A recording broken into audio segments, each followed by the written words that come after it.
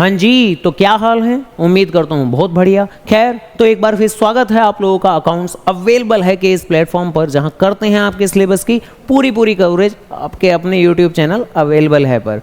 खैर, तो एक बार फिर company account, share capital part 1, 2, 3 कर चुके थे हम लोग। अभी तक कुछ एक चीज़ों के बारे में जान चुके थे, जर्नल एंट्रीज कैसे होती हैं, कुछ एक calls in arrears, calls in advance की बेहतरीन सी बातें। अगर अभी तक नहीं देखा है तो जाकर लेक्चर 1 या 2 जरूर देख लीजिएगा, तब जाके ही कोशिश करें कि पार्ट 4 पर आए। तो पार्ट 4 के अंदर क्या करना है, हमने लास्ट क्लास में डिस्कस किया था, लास्ट लेक्चर में डिस्कस किया था 3 तरह की situation, under subscription, over subscription, full subscription मेरे बाबू। तो आज के क्लास के अंदर डिस्कस करेंगे सबसे ज्यादा मेन, सबसे ज्यादा इंपॉर्टेंट ओवर सब्सक्रिप्शन। तो आज की क्लास में ओवर सब्सक्रिप्शन की बातें करने वाले हैं। यानी कभी कभी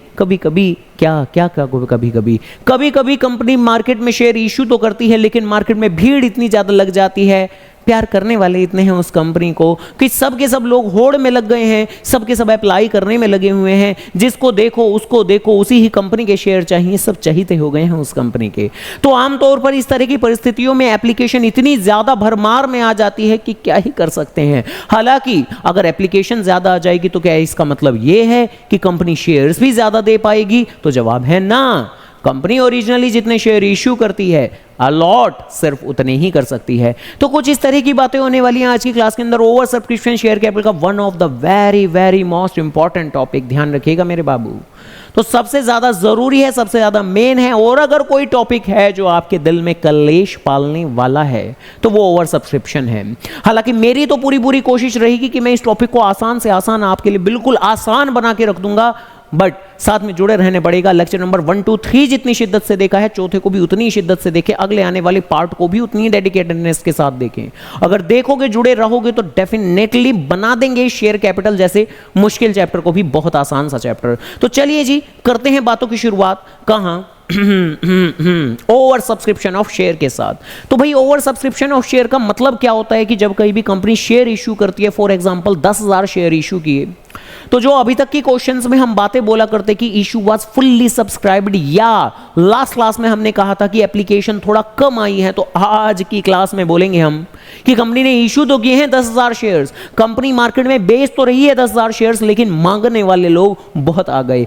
जब लोग शेयर्स के लिए अप्लाई करते हैं तो वो बहुत ज्यादा नंबर ऑफ शेयर्स के लिए उन लोगों ने अप्लाई कर दिया, जो कि इस बात को इंडिकेट करता है कि मार्केट में उस कंपनी की गुडविल बहुत ज्यादा है, फेम बहुत ज्यादा है, उस कंपनी के शेयर्स खरीदना चाहते हैं वो लोग। और ध्यान रखिएगा, शेयर्स की ट्रेडिंग कोई कॉस्मेटिक प्रोडक्ट की तरह, कोई इलेक्ट्रॉनिक प्रोडक्ट की तरह, कोई मोबाइल फोन की तरह नहीं होती कि आमतौर पर अमेज़न पर नजर आ रहा है हमें आउट ऑफ स्टॉक कोई सामान। क्योंकि वो अवेलेबल नहीं है।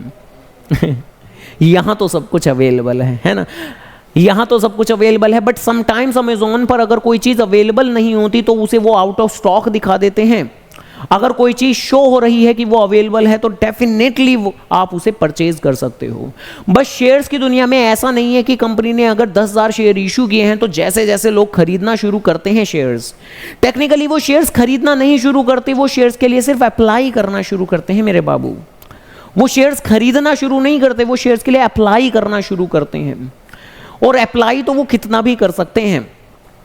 बहुत बार एक कंपनी 10,000 शेयर इशू करने के बाद में एप्लीकेशन उस कंपनी के पास इतने सारे नंबर ऑफ शेयर्स की आ जाती है। ये चीज लगभग कुछ ऐसी सी है जैसे आज की डेट में आपकी कंपनी के अंदर कुछ एक लोगों की वैकेंसी अगर निकली है, 10 लोगों की वैकेंसी निकली है, तो क्या आप जब एप्लीकेशंस आती हैं, जब रिज्यूम आपके पास आते हैं, तो क्या आप जैसी 10 रिज्यूम आपकी टेबल पे इकट्ठा होते हैं तो क्या उसके बाद में आप ये बोल देते हो कि हमें नहीं चाहिए और रिज्यूम है? भाई एप्लीकेशन तो आने दो, जरा देखे तो सही कि हमारे पास कितनी एप्लीकेशन आ रही है, जरा देखे तो सही कितने लोग ऐसे हैं जो होड़ में लगे हुए हैं, जो हमारी कंपनी में जॉब पाने के इच्छुक हैं। तो बिल्कुल ऐसे ही जब कंपनी मार्केट में शेयर इशू करती है तो वो एप्लीकेशन आने देती है। ऐसा नहीं है कि जैसी 10,000 शेयर की एप्लीकेशन आ गई, बहुत सारे लोगों ने मिलकर अप्लाई किया और टोटल 10,000 की एप्लीकेशन हो गई, तो हम कोई ऐसे शटर डाउन कर देते हैं, विंडो बंद कर देते हैं और बस अब कोई एप्लीकेशन नहीं देगा। तो ऐसा नहीं है मेरे बाबू, ऐसा नहीं है। जब 10,000 की एप्लीकेशन भी आ जाती है, अगर लोग और अप्लाई कर रहे हैं, कंपनी करने देती है, कोई दिक्कत की बात नहीं है, इन्हें अप्लाई करने दो, जरा रिकॉर्ड तोड़ देंगे। आज की डेट में बड़ी बड़ी जो कंपनीज होती हैं उनकी 4 गुना ज्यादा एप्लीकेशन आती है, 10 गुना ज्यादा एप्लीकेशन आती है, 8 गुना ज्यादा एप्लीकेशन आती है। जिस कंपनी की जितनी ज्यादा एप्लीकेशन आ रही है, इस बात को डिपिक्ट कर रहा है कि जो मार्केट के अंदर है उस कंपनी की फेम बहुत ज्यादा है, सभी लोग उनके शेयर्स को खरीदना चाहते हैं। तो ओवर सब्सक्रिप्शन क्या होता है मेरे बाबू, है क्या होता है? तो ओवर सब्सक्रिप्शन एक इस तरह की सिचुएशन होती है जहां पर आप इश्यू ऑफ शेयर्स करते हो, जहां मार्केट के अंदर उन पर्टिकुलर शेयर्स की डिमांड बहुत ज्यादा होती है, इन विच डिमांड एक्सीड कर दी जाती है जितनी आपके पास अवेलेबल सप्लाई है। अवेलेबल सप्लाई का मतलब जितना आप शेयर इशू कर सकते हो, जितना आपने ओरिजिनली शेयर इशू किया था, जितना आपका सप्लाई मौजूद है, उसके मुकाबले मार्केट में डिमांड बहुत ज्यादा आ गई। इस तरह की सिचुएशन को ओवर सब्सक्रिप्शन कहते हैं। एक ओवर सब्सक्राइब्ड आईपीओ मतलब इश्यू ऑफ शेयर, आईपीओ मतलब इश्यू ऑफ शेयर, आईपीओ की full form initial public offer. ये इंडिकेट करती है दैट इन्वेस्टर्स आर ईगर, वो बड़े उत्सुक हैं, बड़े इच्छुक हैं इस कंपनी के शेयर्स खरीदने में मेरे बाबू। तो बेसिकली जरा आराम से भाई, हमारे लिए क्या बातें मायने रखती हैं? ये सब कुछ तो थ्योरी की बातें हो गई कि हाँ भाई बहुत ज्यादा लोग अप्लाई कर रहे हैं वगैरह वगैरह। हमारे लिए क्या बात मायने रखती है, तो जरा ध्यान रखिए। What happens if shares are over subscribed? जब कहीं भी ओवर सब्सक्राइब्ड हो जाते हैं, सपोज करो 10,000 शेयर हमने इशू किए, सपोज करो हमने 10,000 शेयर इशू किए, लेकिन जो एप्लीकेशन है वो आ गई 12,000 शेयर्स की। तो ऐसे में हमारे पास में एक ऑप्शन होता है रिजेक्शन का। रिजेक्शन का मतलब भाई 10,000 शेयर आपने इशू किए थे, आपके पास में थोड़ी सी फालतू एप्लीकेशन आ गई। कितनी फालतू एप्लीकेशन आ गई? आपके पास थोड़ी सी एक्सेस एप्लीकेशन आ गई। एक्सेस कितनी? 2,000 शेयर्स की एप्लीकेशन आ गई, आपने उन्हें रिजेक्ट कर दिया, आप उनका सारा पैसा वापस कर देते हो। जब कभी भी रिफंड का केस बनता है, वो कब बनता है? जब कहीं भी आप शेयर्स को रिजेक्ट कर देते हैं। सम टाइम जब कहीं भी ओवर सब्सक्रिप्शन होता है तो हम सीधा रास्ता अपना लेते हैं। क्या सीधा सा रास्ता? कि भाई 10,000 शेयर हमने इशू किए और माना 12,000 की एप्लीकेशन आ गई,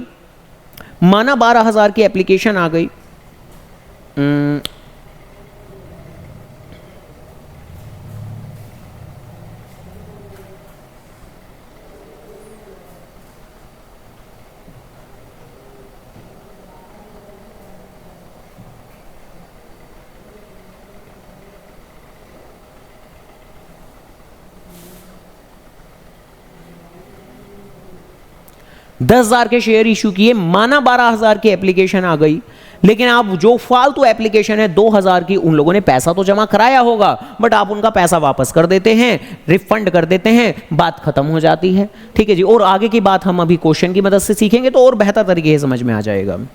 और बेसिकली एक ऑप्शन ये होता है कि भाई अगर आप 10,000 शेयर इशू किए थे आपने और एप्लीकेशन थोड़ी फालतू आ गई 12,000 की, तो आप क्या करते हो? आप मेरे बाबू कर देते हो प्रो राटा अलॉटमेंट। क्या करते हो आप कर देते हो pro rata allotment. Pro rata word का मतलब क्या होता है? प्रो राटा का मतलब प्रोपोर्शनेट। आप किसी की एप्लीकेशन रिजेक्ट नहीं करते, आप क्या कर देते हो? आप सोफिस्टिकेटेडली एक रेशो बनाना शुरू कर देते हैं मेरे बाबू। क्या रेशो? जैसे अगर 10,000 शेयर्स आपने इशू किए हैं और 12,000 की एप्लीकेशन आ गई, तो आप एक रेशो सा बना देते हो कि अच्छा 12,000 की एप्लीकेशन आ गई है, 12:10 दैट मीन्स 2 6 जा 12, 2 5 जा 10, यानी हर 6 शेयर्स की एप्लीकेशन को हम 5 शेयर्स देंगे। यानी इन शॉर्ट प्रोपोर्शनेट अलॉटमेंट में आप क्या करते हो कि हर किसी इंसान ने जितने शेयर्स के लिए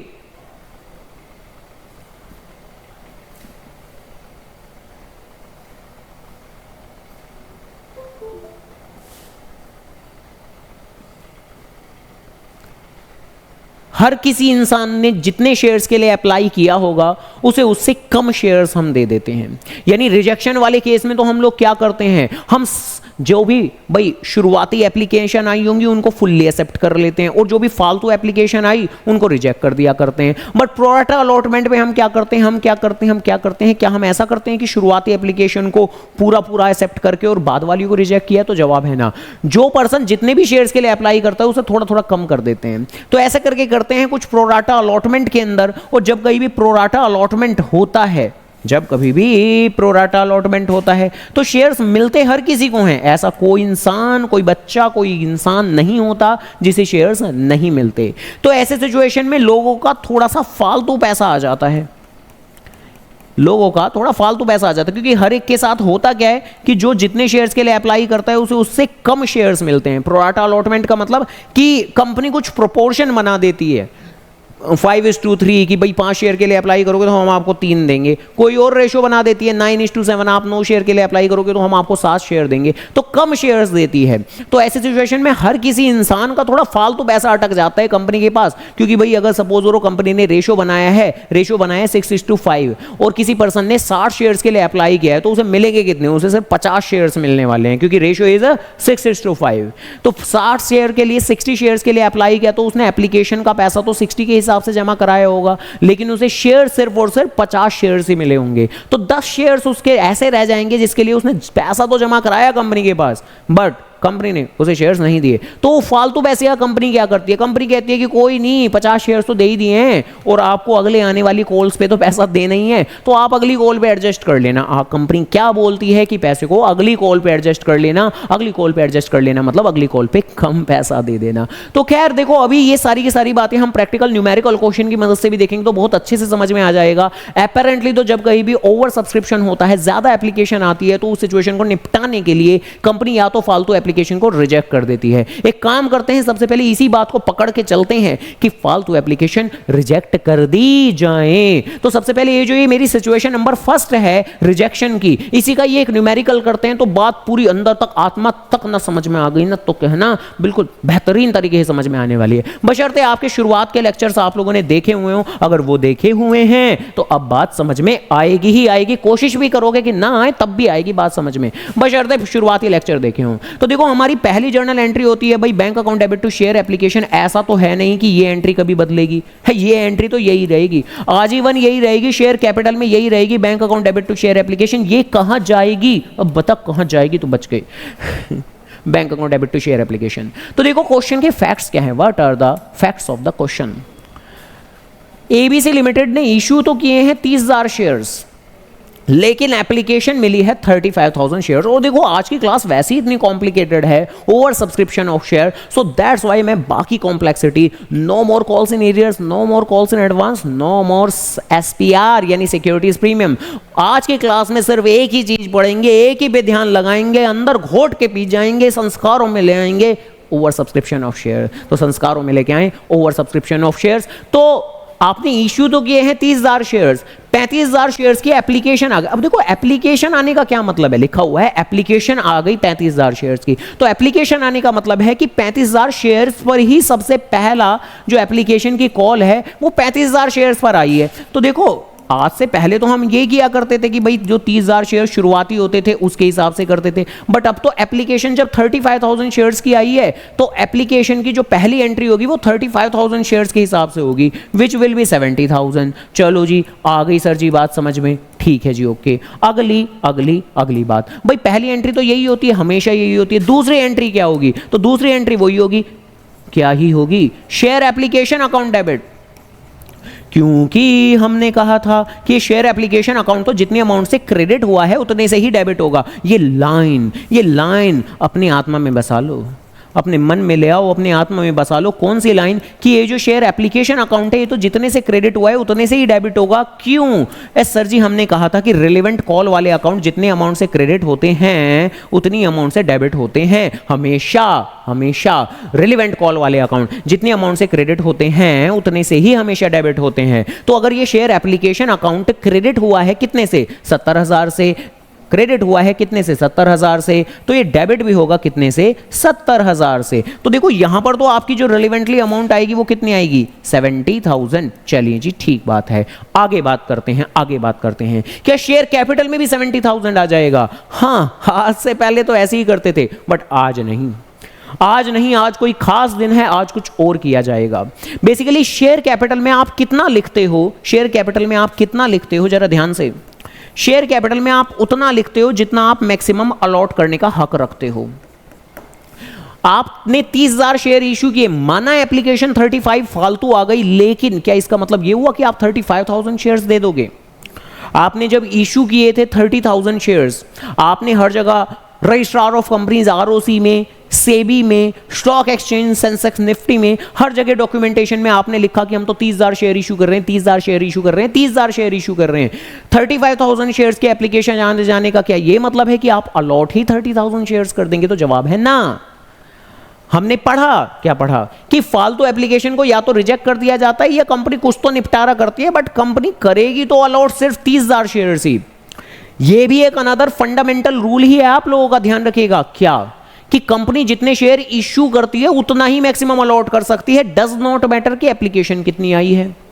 जरा ध्यान से सुन लेना, कंपनी जितने शेयर इश्यू करती है उतना ही मैक्सिमम अलॉट कर सकती है, डज नॉट मैटर कि एप्लीकेशन कितनी आ रही है। एप्लीकेशन तो कई बार ज्यादा आ जाती है और उसके ज्यादा आ जाने से पहली एंट्री तो ज्यादा अमाउंट से होगी, बिल्कुल होगी, क्योंकि पहली एंट्री तो पैसा आने की एंट्री है। 35,000 शेयर्स की एप्लीकेशन आई है तो ये पहली एंट्री तो आपने 35,000 शेयर्स के हिसाब से ही कर दी, लेकिन इसका मतलब ये नहीं कि आप दूसरी एंट्री में शेयर कैपिटल में भी पैसा डाल दोगे 35,000 शेयर्स के हिसाब से। हाँ, अब डालने का हक रखते ही नहीं हो। शेयर कैपिटल में सिर्फ उतना ही पैसा आ सकता है जितना आप मैक्सिमम अलॉट कर सकते हो, और आप कितना मैक्सिमम अलॉट कर सकते हो? आप सिर्फ 30,000 शेयर्स ही मैक्सिमम अलॉट कर सकते हो, और 30,000 शेयर्स और 2 रुपए की ये कॉल है तो done, 30,000 into 2 which will be 60,000।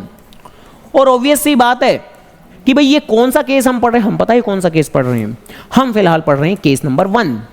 हम पढ़ रहे हैं केस नंबर 1। केस नंबर 1 मतलब जब हमारी एक्सेस फालतू की एप्लीकेशन को हम रिजेक्ट करने जा रहे हैं। क्या क्वेश्चन हमें बताता है इस बारे में? हाँ, क्वेश्चन में लिखी है एक लाइन कि जो भी एक्सेस एप्लीकेशन है, जो भी फालतू एप्लीकेशन है, उन्हें आप रिजेक्ट करोगे और सेंड करोगे letter of regret. Letter of regret क्या होता है? एक सांत्वना पत्र। ये क्या होता है सर जी?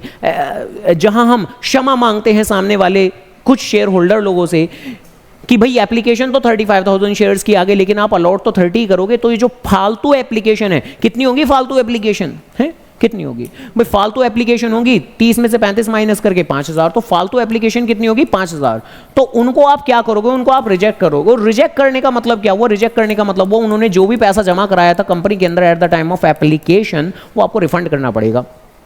और आप सांत्वना पत्र क्षमा मांगोगे उनसे कि हे शेयर होल्डर लोगों, हम आपको फिलहाल इस बार शेयर्स नहीं दे पाएंगे, हम बहुत रिग्रेट हमें महसूस हो रहा है, but better luck next time. अगली बार फिर से आप ट्राई करिएगा, क्या पता अगली बार शेयर्स मिल जाएं। तो ऐसे करके कुछ बातें होती हैं। अच्छा, रिफंड की बातें चल रही हैं। कंपनी के पास पैसा आएगा या जाएगा? है, बताओ बताओ बताओ। कंपनी के पास पैसा आएगा या जाएगा? तो कंपनी के पास से पैसा जाएगा। पैसा जाएगा तो बैंक अकाउंट। ओ भैया, इस एंट्री में आज से पहले नहीं आया बैंक अकाउंट, आज आ गया बैंक अकाउंट। कितना और क्यों? क्योंकि हम पैसा वापस कर रहे हैं। कितने शेयर्स पर? फालतू शेयर्स पर, जो कि हैं 5,000।